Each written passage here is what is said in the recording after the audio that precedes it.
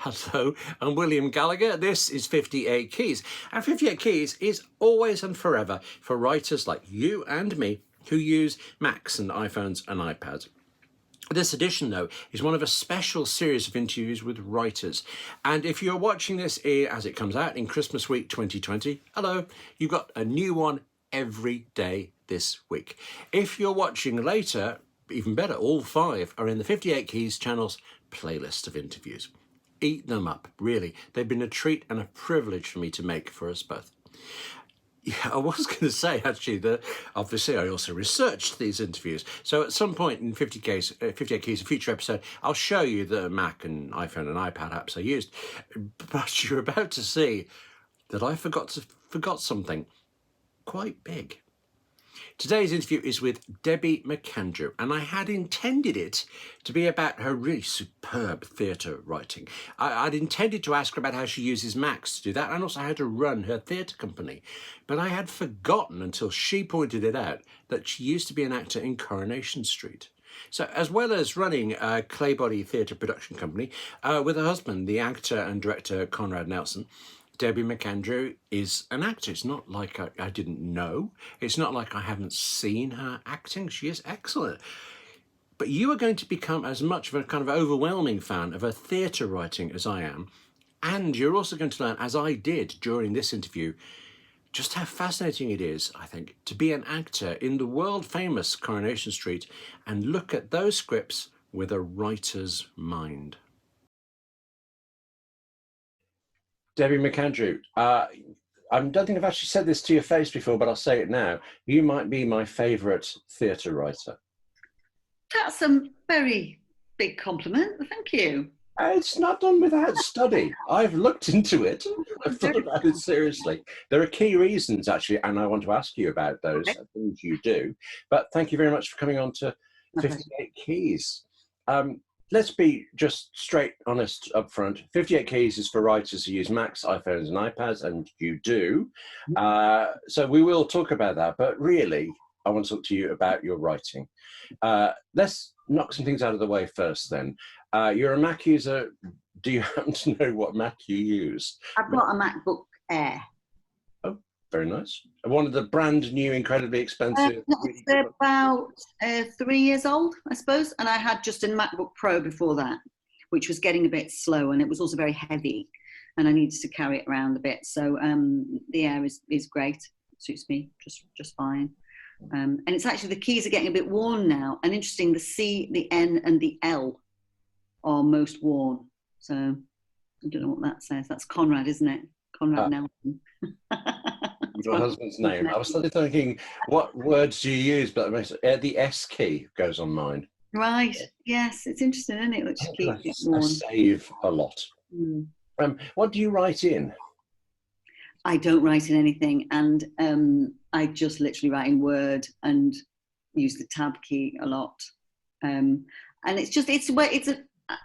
I didn't sort of think about formats. I mean, some of my work is published, and there are different publishing houses have their own styles as well, which are extremely, if you're trying to copy them, because at the odd time with our theatre company, we've self-published through the theatre company, and I've tried to sort of copy a house style of a publishing house so that it's kind of comfortable and it's what people are used to. And without the software to do that, it's really high maintenance with some bold and, certain number of spaces. And so I just do literally name at this side, tab, tab, tab, or whatever, a couple of tabs, and then what they say. So that, I don't know where, I know there's Final Draft, and I did get that, and I couldn't work out how to use it. And also, I don't know, I guess it's in my head from years gone by, and I think I'm so old, you see, I'm used to that thing of that the name is on this side of the page and what they say is on the other side, and so that left-right thing rather than down the middle, even though I was on Corrie as an actor for almost 4 years of my career, and I'm quite used to reading telescripts and, and marking them up. And when I work on radio as an actor, some writers use a kind of Final Draft sort of format with the centralised lines, and others don't. They still use the left-right kind of thing, which for radio with numbered lines is actually better, that format, I think, for reading radio. But but yeah, and I think one of the things I remember when I was working as an actor on Corrie was what sort of signified a great script was if you could cover up the left-hand side of the page and read the lines and know who was speaking. That was a kind of holy grail, really, that the characters' voices were so strong, so distinct, that you didn't actually need to see their name to know who was talking and how that conversation was evolving. So yeah, so that's, I'm a bit left and right like that. So I don't write anything, just word, and I italicize the stage directions, and that's it. This will sound rude, but I forget that I know you're an actor. I really like your radio stuff. I forget about Corrie because I think of you as a writer first. But okay, a writer who acts. Tell me this then. Coronation Street sometimes runs now in double bills, and if I see them, it's the same show, but I can see a massive difference in the writing. I watched a double bill where the first one, I laughed aloud and was really engrossed, and the next one felt remarkably flat. It felt like they allow the writers a more room than, say, EastEnders does for personal. No, I don't know what it's like now, because it's obviously Coronation Street was 30 years old yesterday, and 60 years old yesterday, and I was there. I joined the show at its 30th birthday, and I've been doing, you know those mad sums in your head as you get older, where you go, oh, it's so long ago since this, and all that, and you kind of. Well, what's extraordinary, I can't quite get my head around, is when I joined the show in 1990, 1960 was 30 years ago. Yes.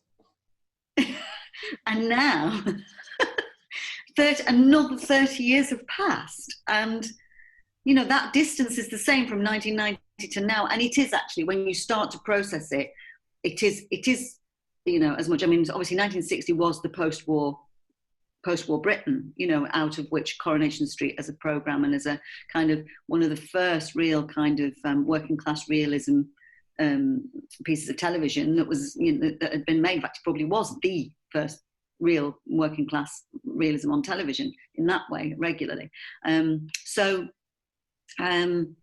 Yeah, so that was kind of a where it came from. And then 30 years happened, and then I went into it and walked down it for a few days and a few years, and then another 30 years, and we've had since then the digital revolution, and we're all writing on Macs, you know. And so back in the day when I was in it, the script writers might have been writing on computers just, but probably not. I mean, they were probably typed, sent in, inputted, you know, and then printed out en masse. I don't know what the computer systems were like in 1990 at Granada.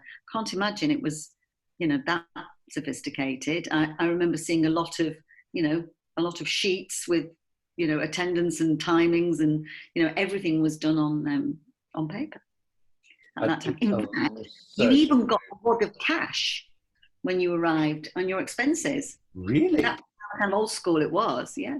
Actual money?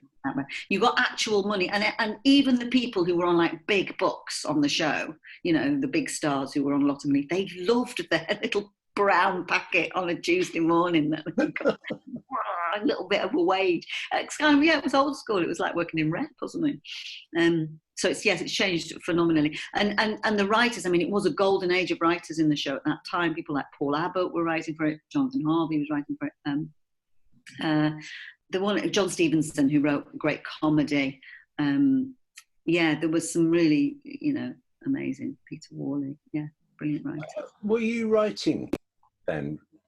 Yes, I've always written. And I think I sort of thought, really, when I went to university, because I didn't go to drama school, I think I always thought I would be a writer eventually. You know, I've got little scripts that I wrote when I was a kid, you know, that are stapled and handwritten, and they're written like with the name down this side and then a gap. So yes, I was always writing, always doing plays, and always engaged in the whole making of plays with my friends, my sisters, and all that. That was what I was really. I loved theatre. I fell in love with theatre when I was very little. No background in it, so I couldn't really imagine it either. Being in the theatre, what did that mean? You know, to sort of. I use the term working class advisedly. Professional working class. My grandparents were working class. My mum and dad are slightly more aspirational. So my dad was kind of professional, but we were still culturally quite working class. You know, I had no idea how you became, you know, how you worked in the theatre. I just loved it. I loved going, and I liked just being in the theatre. So that's where I knew I wanted to be. And I ended up in Corrie kind of as an accident. It was 3 months, and it was sort of a bit of a chance thing, really, and ended up staying for 3 years. And that kick-started an acting career that sort of basically I didn't stop working for about 11 years until my daughter was born. And I was writing during that time, but I kept working as an actor. And it's all about affirmation, isn't it? If somebody gives you a job as an actor, you feel affirmed. Immediately, you get the job, you do it. Whereas writing is agony, because you put all the work in and then you have to put it out for judgment. And that's a much harder process altogether, which is why there are far fewer writers than actors in the world, because it's just too difficult. Hang on, my mind's gone in 5 different ways. Put this back together. You didn't know how to get into theatre. You want to be a writer. You have this thing that all writers do, that you do it and you send it out and all that waiting. But right now, you've got to the point where none of that's true, because not only are you in theatre, you produce theatre as well as writing. Yeah, and that's a long career. Yeah. Reaction. It's come, you know, but it's taken a long time. I think, you know, somebody with more of a, I mean, we've said this about our, obviously Con and I both know this, we've got one daughter, she's nearly 20 now, and she probably will end up somewhere in the theatre. And if she does, and when she does, she'll have a huge advantage. Not, you know, it's not about who you know and all that sort of nepotism or anything. She will just have a huge advantage because she understands how it works, because she's grown up with it. So, you know, it's always disingenuous when children of theatre people sort of say, well, my mother and father never helped me. No, they probably didn't ring somebody up and get you a job. But the truth is that when you grow up in that world, you understand it. It's like anything else. You know, another example is someone like Gabby Logan, the presenter. You know, she's from Leeds. She actually went to the same school as me, Gabby Logan. She was Gabby Yoreth. And of course she understands the sports world. Her father was a professional sportsman. You know, that's not a... Do you know what I mean? That's not a problem or a wrong thing, but it is an advantage in terms of where you start in life and how early in your young life you can get a grip of the industry you're in.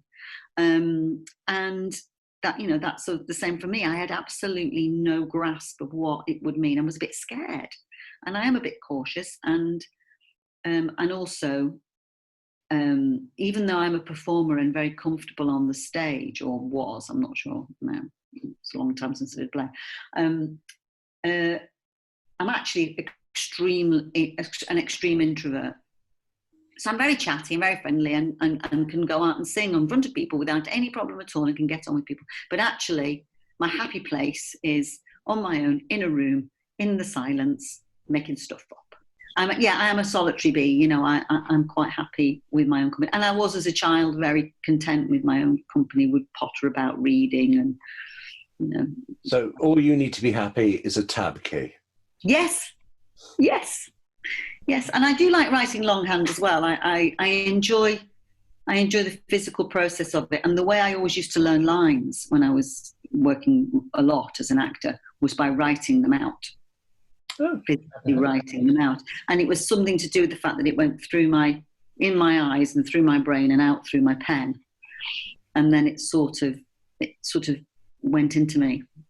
Well, look, listen, not to sound obsessive, I mean, 58 keys. I'm interested in all the keys, not just the tab one, but there is something very special about your writing too, with tab formatting and things. I've read the published books from your company, and they look like everybody else's. But the first time I read your scripts in Word, I found it quite hard to get used to the style, because you would tab in what seemed to me to be odd places, and you would break off in certain ways. But I've come to see it as a very poetic, actually, way of writing. And now other scripts seem a little bit dull. You also have a poetic musicality through it. Is it the tab key that does that, or is it something else? It probably is a bit. I mean, what I would say is that to some extent, I write to a brief, you know, or sometimes things just come straight out of me. You know, there are original works which have just been things I wanted to write. I'm very influenced by verse drama, definitely, and that probably comes through. There's a lot of music there's a lot of music often in my plays, particularly when I was writing quite a lot for Northern Broadsides, which often was a more heightened kind of prose, a more heightened sort of language anyway. And so I am looking for rhythm, and I do think that a script is an instruction manual, really, first and foremost. And so the way you set it down on the page, I hope, is the way that it communicates itself to the actors, to the director, so that they know how to say it. And so they feel those rhythmic breaks, and they can hear the cadence and the rise and fall of the language, so that they, you know, it communicates through to the audience. And I was always very keen on that as an actor as well, to find what's the writer, where are their rhythms, and to sit inside their rhythms so that that would communicate. Because ultimately, in my view, and I'm allowed to say this because I am an actor, actors are not primary creators. They are interpreters and musicians, you know. And so when actors say, well, I created this character, I always wince, because I go, no, you didn't. You interpreted a character that was created by a writer. Thank you very much. Oh, so pleased you said that. Yes, absolutely. And I think that's true. And that's not a... I mean, sometimes, you know, you do get, obviously, there are all sorts of different ways of making theatre, and there's, you know, there's devised work, and there's more collaborative ways of doing it. And I think sometimes as well that actors do have... over a long time, I remember, I mean, Corrie's another good example, really. I think that within 12 months of me playing a regular on Coronation Street, she was very close to me as a person in many ways. And I think that the writers watched me, you know, had a word in the green room and stuff like that, and sort of, as I would have done as an actor, as a writer, well, I love writing for actors. So I do take in the colours of the actors that I'm writing for, if I know I'm writing for them, and allow that, and write to their strengths as well. Write things I can hear them saying. And that's a great privilege and a pleasure when you're as a dramatist. And I've had that good fortune as a dramatist for the theatre to often be writing for specific actors, and or with specific actors in mind. And sometimes that happens in a late draft. So, you know, I'll chat to the director. It's often Conrad, but it's not always. And we talk about casting, and I kind of know which way the casting's going by then. And sometimes actors are kind of have already been approached. And then I'm thinking, right, okay, so now I know who's playing that part. I return to the script and go, let's shape it for them then. Let's, you know, it's like making a coat or something you just know that you need to nip and tuck here and just adjust it there so that it really fits like a glove. And that's delightful. And because I'm an actor myself, I think that process is probably slightly more natural, maybe, and also more enjoyable, maybe, I don't know. As a dramatist, I don't think of anything better really than to know your actors and to write for them. When you say this, you might be somebody to explain something, because you've got both sides, the action. Of course, I agree. Scripts are blueprints. The scripts are not the end result. The show is, of course. But I mean, I read a lot of scripts. There are some that are utterly mesmerizing on the page. I don't even always bother to go see the show afterwards. I've just enjoyed the script. And there are others when I've seen the show, I've really liked it, and I read it, and on the page it's a slog. And I feel for the actors trying to make that work, but they did. So yeah, is that just happenstance? How different people write, or? I think it's probably all of the above and more. I think sometimes really good actors dignify a poor script. I've been in that situation. I've also been in a situation when I thought the script was better. As an actor, I've been in shows where I thought the script was better than the production delivered, you know. So I think there are times like that. And I also think as well that there are, you know, just sometimes there is that magic happens, and good writers for the theatre can leave that space on the page that you can't see, and then it just comes alive on the, you know, in the bodies and the voices and the world of actors, and all those things can happen, I think. So there's no one there's no one answer to that question. I don't know whether this could be included or not. But I remember reading Alan Plater's play Sweet William, which was going to be produced for Northern Broadsides. And I'm a great Alan Plater fan, a huge admirer, and I was quite excited. It came in the house, new play by Alan Plater. So I read it, and I was kind of a bit bemused. I thought it was a bit kind of not uninteresting. I just sort of didn't sparkle the way I thought Alan Plater's work did, and the production was fantastic. It just, and I think that when I discussed it with Colin, we agreed that there were spaces, there was opportunities, and Alan just knew how to offer his actors enough. And I think that's partly as well, probably because he had written for some wonderful actors in his career, and had a great trust that if you give enough room, you know. But ultimately, I think it's a bit of like a dress on a hanger, you know. A dress can look fabulous on the hanger, and you put it on, and you look like a sack of spuds. And I always pick up a wild card, and I go, well, that looks a bit dull, but maybe I'll try it on. And you put the dull one on, and you go, oh, that fits, and it just suddenly the dress works because it's being worn, and it looks a bit kind of nothing on the hanger. And I think that to some extent drama on the page can be like that.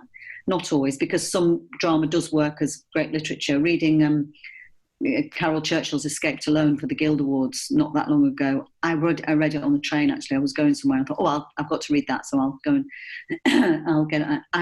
I suddenly found I hadn't breathed for about 4 minutes or something. I could have got a world record, because the writing was so staggeringly good.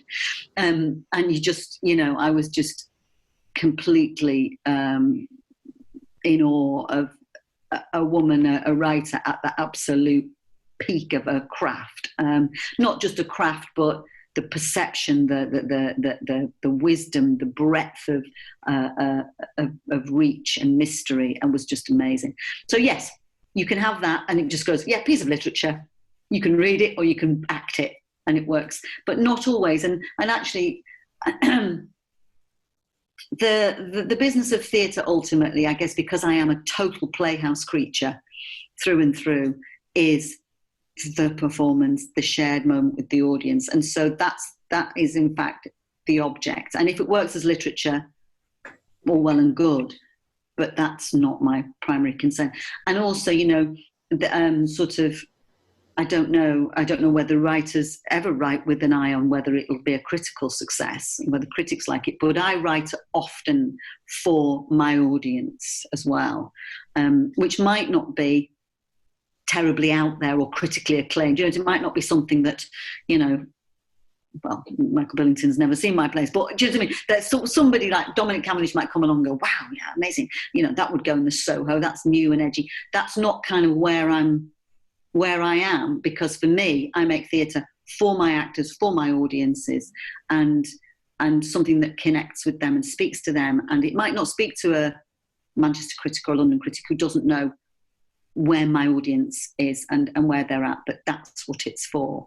And it's about getting everyone in the playhouse and sharing a story together in that most immediate form of storytelling that there is, which is drama, live drama. Let me pull together and ask, really the last thing I wanted to ask you about was how you are doing all of this right now with your company, Claybody Theatre. Strange year. I presume you've been as hit as anybody else, but how does Claybody work? What sort of productions do you tend to do then? So my career is quite sort of mixed up, really, because I write for mainly regional theatres and theatre companies as an individual, as freelance, and I've got a show hopefully coming next year to the Grosvenor Park in Chester, which is an adaptation, because I do a lot of adaptation, an adaptation of Pride and Prejudice, which is an outdoor thing and was going on this year, but you know, hopefully next year. So yes, that's something that I've lost out on this year. And we would have been doing a show with my company, Claybody Theatre, which was founded 7 years ago here in the Potteries where I live in North Staffordshire, because I'd written a play, because I found North Staffordshire very inspiring and Stoke-on-Trent, and I'd really fallen in love with it. But nobody writes plays about Stoke. They write plays about London and Manchester and all sorts of other places, but not about Stoke because nobody's interested in it, apparently. And sure enough, I'd written a play and I couldn't get anyone to do it. And the planets lined up and I ended up applying for Arts Council funding, quite a lot of Arts Council funding as an individual, but I thought I'm either going to do it properly or I don't want to do it. And I got the money and put it on in a bit sort of non-theatre space, an art school in Stoke. And it was just meant to be a one thing. But it was very successful, very well received. People really connected with that. And so suddenly it's a bit chicken and egg, really. You know, I think from understanding the response to presenting that work in front of audiences, I began to understand what the nature of that exchange is between creative artists and a specific community. I wouldn't say that I had formulated that before I did it, but I think over the period of time, what I've come to understand is that the real way to make art in community is not necessarily some kind of weird democratic process where everybody is an artist, although that's the thing. But actually the way I want to do it is I'm an artist and I've got all these other brilliant artists in my creative community, and we can make a piece and we can present it to people who then engage and feel dignified by that because something really, really high quality has been made for them, about them, and with them often in terms of consultation. So that sort of meant that Claybody Theatre now works on this model and at the moment it's writer-led because I'm mainly, everything we've done has been by me, but we need to move forward on that and work with other writers. And so this year, because of COVID, we're project funded by the Arts Council. We don't have strategic funding, so we think of a project, we apply to Arts Council for money, we get it, we do the project, and then we've got no money again, which is why we always have to do lots of other things as well to pay the bills. So it's not a big money spinner, but it's a great labour of love and a joy, and it means a lot to me personally, artistically, and also sort of ethically, really. So this year, what we decided was to kind of meet the COVID thing, because we couldn't be furloughed, because we weren't on any salaries. There was no way of doing any of that, and we wouldn't, you know, we would have still wanted to carry on making work anyway. So we applied to the Arts Council for a pot of emergency funding, and out of that, we'd already made one drama podcast at the start of the year, as luck would have it, completely not knowing COVID was coming, of a play, one of my plays, which we did about 3 or 4 years ago. So we'd done that one, and so we kind of had form in making audio. So we applied and we've made an audio series called The Call, and to move our company forward, we worked with 4 other writers, and we did it like a little bit like a writer's room kind of method, which we've sort of felt our way through and learned a lot from doing and worked it out as we went along. And I kind of story edited it and wrote episode 5 and had an overarching story, and then they each come in with a story of the day plus the serial story across the week. You know, so it was a bit of a kind of mishmash of what I've experienced doing the Doctors kind of thing, because I've been on their programme, whatever that is. And also I spent a little time in the story office at Corrie, just a very short time, and so I know how they do it as well. Or that's how they did it 10, 15 years ago. I don't know how to do it now. So this idea of how you work with more than one writer to create a little series. So we had a go at that, and we've done that, and it's recorded, and we're delighted because Mark Benton agreed to come and play the lead for us, and so that's on our website, and that'll be on our website for about another 6 weeks before it has to come down because of rights. And then we also did a big community choral piece called Greenwood Dreams, which we also wrote and recorded during lockdown, which involved our community people. So that's participants and a participatory thing. And I wrote the libretto, and a colleague that I've worked with, a composer that I've worked with before, wrote the music, and he kind of took the project on then because it was mainly a music gig after that. And that's had an amazing response. We've been sort of blown away by that, really, how positive that's been. People love that. And we've also done some R&D on a new adaptation of Arnold Bennett's The Card, for hopefully next year. So yeah, so we've done all that, and 2 things are complete and on our website. And it's just amazing that we feel really proud that with a very small amount of money, really, we've managed to continue to create work, continue to stay connected to our participants and community company who are involved often with what we do in live shows, and also with our audience, our friends and supporters.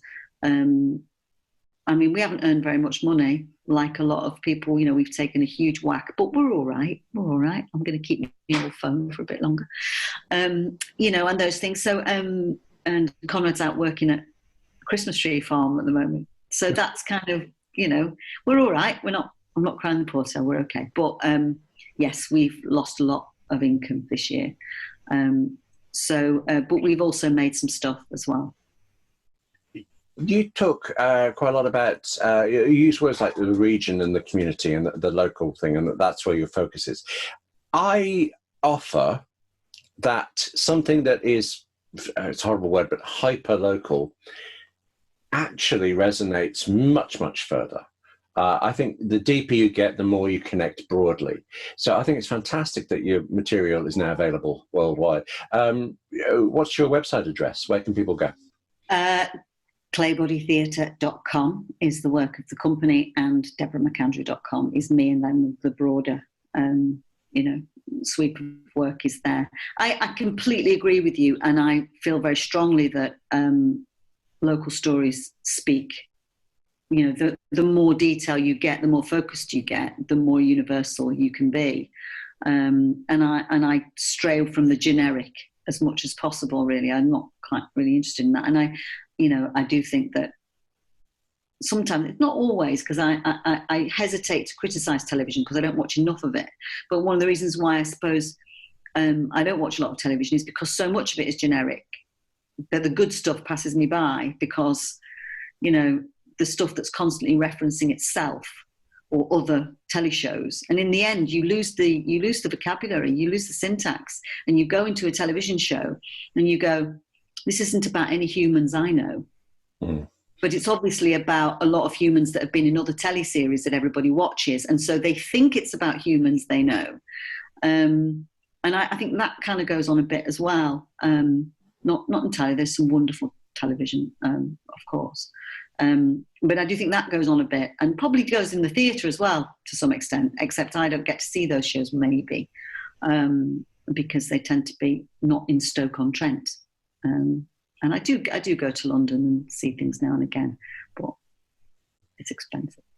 So, Debbie McAndrew, I will make certain that links to your works are in the show notes, and just for you, I'll tab them across. Yay!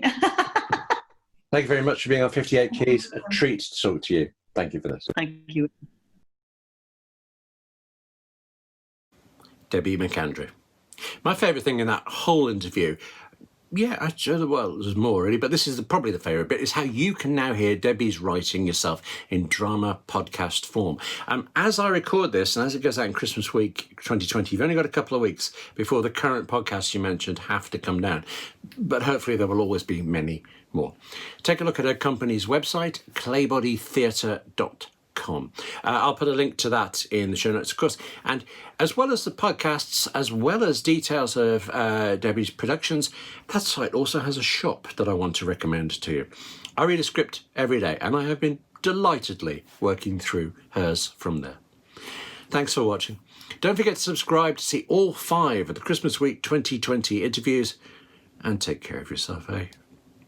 I'll see you soon.